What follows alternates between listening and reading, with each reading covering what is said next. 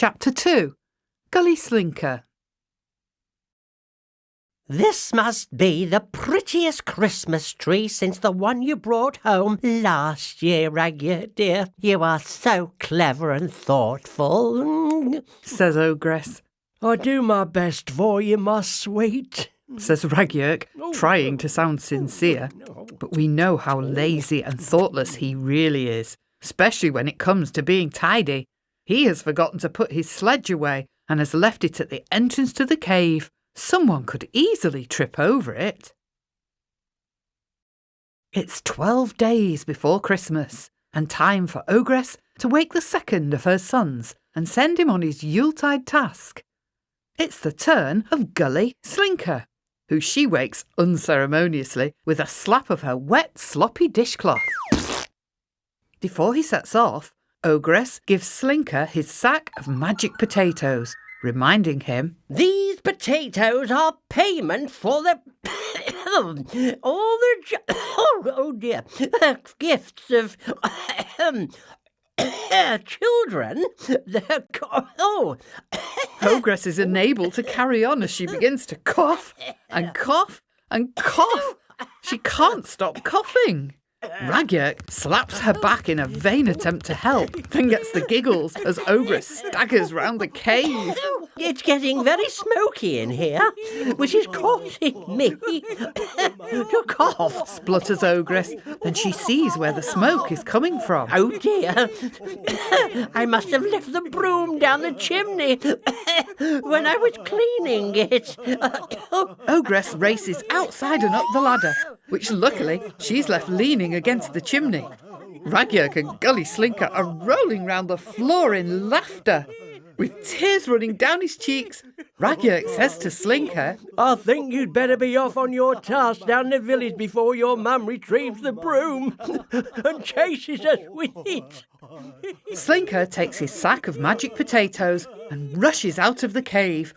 Unfortunately, he doesn't see that Ragyurk has left his sledge in the middle of the cave entrance and trips straight over it. Whoa. In an effort to break his fall, he reaches out and grabs the ladders, which Ogress is at the top of, trying to retrieve her broom.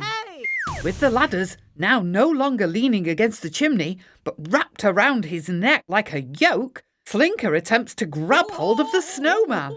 Even worse, unbeknown to Slinker, the sledge has started sliding down the hill behind him and sweeps up both Slinker and the snowman, then races off down towards the village. Ogress has disappeared.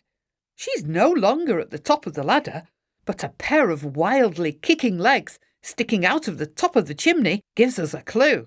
Ragyurk! Ragyurk! Someone's stolen my ladders!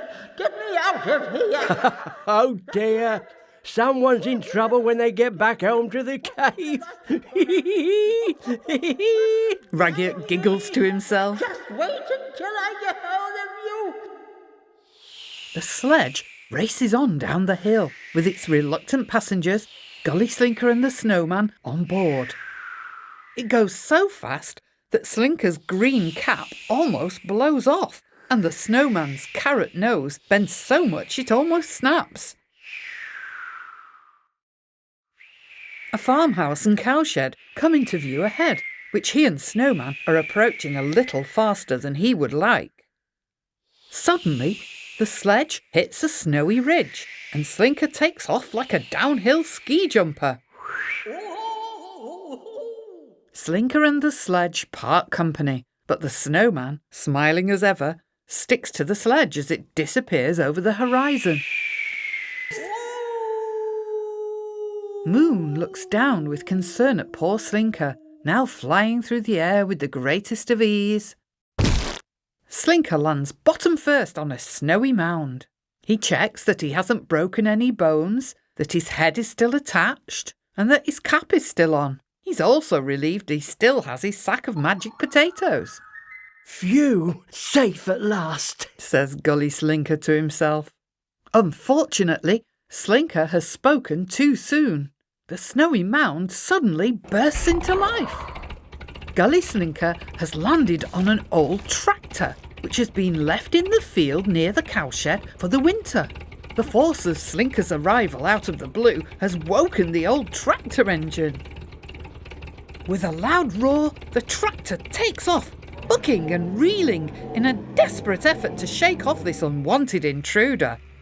Slinker clings on for dear life as the old tractor careers towards the cowshed.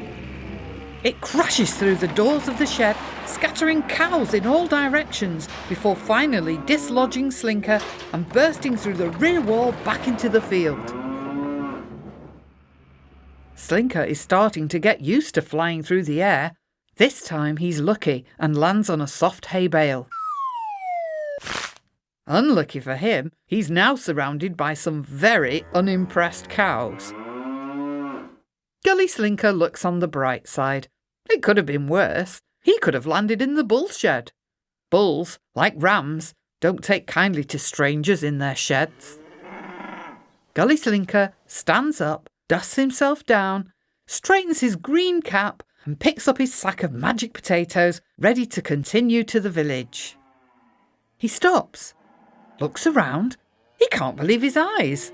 The cows in the shed are ready for milking. Now, like his brother Hobbler, Gully Slinker loves milk. But unlike his brother, who loves sheep's milk, Slinker adores cow's milk. I'm sure the farmer won't mind if I took a small pail of milk for our festivities. After all, it is Christmas, thinks Gully Slinker to himself. Slinker helps himself to a pail of milk, then makes off to the village to deliver his magic potatoes. As usual, each potato is placed in the shoes of the sleeping village children. His task completed, Gully Slinker leaves the village and heads for the lads' secret meeting place, where Hobbler has made a roaring campfire to keep them warm while they wait for the rest of their brothers to arrive. Gully Slinker sits down by the fire. Dear Hobbler, I've brought some milk for us to enjoy whilst we wait for our brothers. I know your favourite is sheep milk, but I'm sure you'll like this fresh cow's milk as well. The lads enjoy their taste of cow's milk as they wait, keeping warm by the fire. Moon looks down with a smile on his face. Give me a bit of wind.